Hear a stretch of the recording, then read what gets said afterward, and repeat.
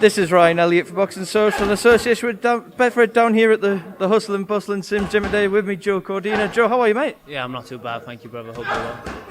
That's good to hear. Now, obviously back out next weekend. Seen everyone going through the final preparations. Spoken to Connor upstairs. How you feeling? Must be itching to get back in there now. Yeah, of course. My last fight, it only went probably a minute, so just less than a minute. So I was eager to get straight back in the gym and build on that performance, and just hopefully looking to get a sort of a similar result. Let's go back to that last fight then, the Hernandez fight. He's someone who'd previously gone 8 rounds with Chris Colbert.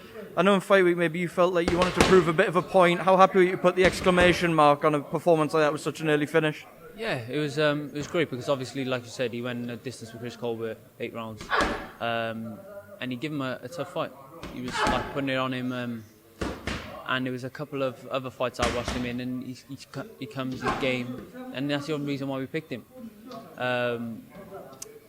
We was looking to get rounds in where I was inactive for like 16 months.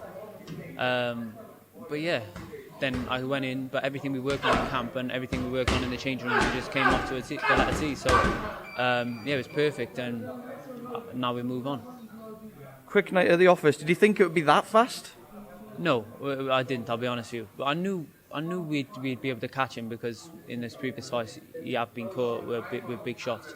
But he gets straight back up and he fights on. And the one he got put over, got straight back up and knocked the guy's back out. So he can punch a little bit and he can fight. But I didn't think it would be that early. I thought I was planning to go to the 10 rounds. So. Yeah, it is what it is that we got him out today. I don't complain. It was a good night, easy money, and it was another win on the record. Before we go any further, Joe, I believe I'm right in saying it's your birthday today. Yeah. Is that right? Happy birthday, Joe. Today. So yeah. What's it like having a birthday in training camp? Any big plans for later? Not really. Maybe a protein shake, but do you know what? I've missed so many of my birthdays, and when I was on the GB squad, I was away on some of them in countries. Knowing about, but it's just another day for me. Although it is my 30th, but I'll celebrate after I win on the 11th, and I'll enjoy my Christmas with my kids, my family, and then we do it then. Back out on the 11th. How much do you know about your opponent? It's Jesus Ampedan. I think Martin Ward boxed him a couple of years back. Martin beat him. He's a big puncher. He's 18 wins, 3 losses, 15 knockouts. So he can punch, he can fight, and he is dangerous. So I got to be switched on at all times. Not take anything for granted.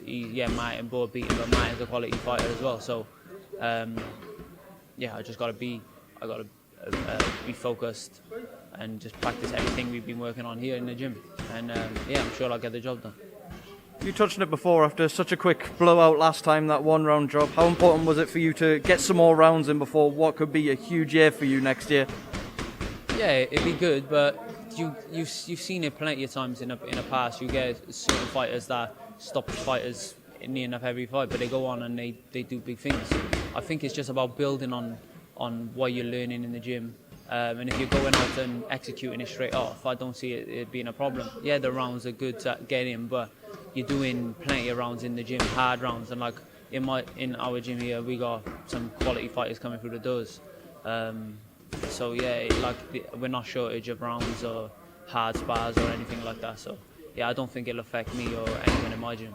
IBF Super Featherweight title was on the line last weekend. Ogawa Fuzili, I'm sure you watched it. Surprised by the outcome? Not surprised? What do you make of it? I wasn't surprised. At the start, I was always saying Ogawa would win. But as it got closer, I just thought, okay, maybe it's for a world title. He seems up for this Fuzili. I'll call it a 50-50. But if I had to put money on it, and I did say it would have been Ogawa I would have choose, I thought he would just press him. I think Fuzili surrenders the space a bit too much, looks to just counter, nothing else. Sits back with a shoulder roll, and I just think it's the wrong thing to do with someone that keeps coming forward and can punch a little bit with Ogawa. But it was a good win nevertheless, and I look forward to seeing him in the future very soon. You obviously got that high IBF standard, as does Alpha Barrett, who's back in action very soon. But is Ogawa the fight you want, the world champion you want? Yeah, I've never been shy in saying it. That's all I want in boxing, is to be a world champion. I wasn't interested in any of the belts in between. I wasn't interested in the British when they said. I wasn't interested in the Commonwealth, WBA, international, any internationals, and that goes for any of them. Don't get me wrong. I know the landmarks that you gotta fight for, and the titles you gotta fight for in between to get you in them positions. But the main thing for me is to win a world title. So whoever's got a world title at that weight, that's what I'm heading for. But I'm the highest ranked for myself in the IBF for myself. But I think, if my last two fights, they haven't been at the weight championship weights. I think if they would have been, it would have been defending my WBA or maybe fighting for an IBF international or something, and my rankings would have been a lot higher. But you see it over and over again these days that people that ain't even highly ranked are getting title shots. So to be honest, I don't think it really matters where you are ranked, to be honest, as long as it makes sense. And I think next year will be a big year for myself. Also last weekend, Joe, we saw a stunning upset from Kambosos, now unified lightweight champion. Did you watch the fight? Yeah, I did. Yeah, it was a great fight. I'm surprised. You say you were surprised. When the final bell went, though, having watched it, did you feel like he was going to get the decision? Yeah. Even though I thought, right, they're not going to give it to him, but I thought he'd done enough.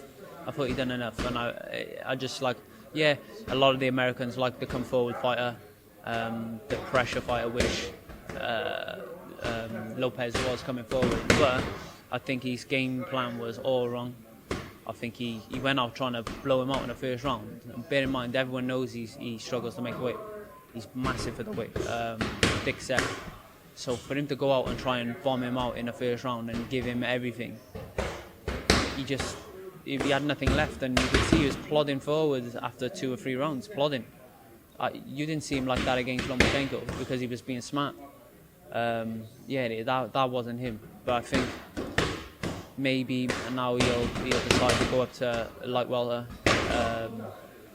If I was him, though, I would want to rematch straight away and put that right, because that wasn't the Lopez that we all know.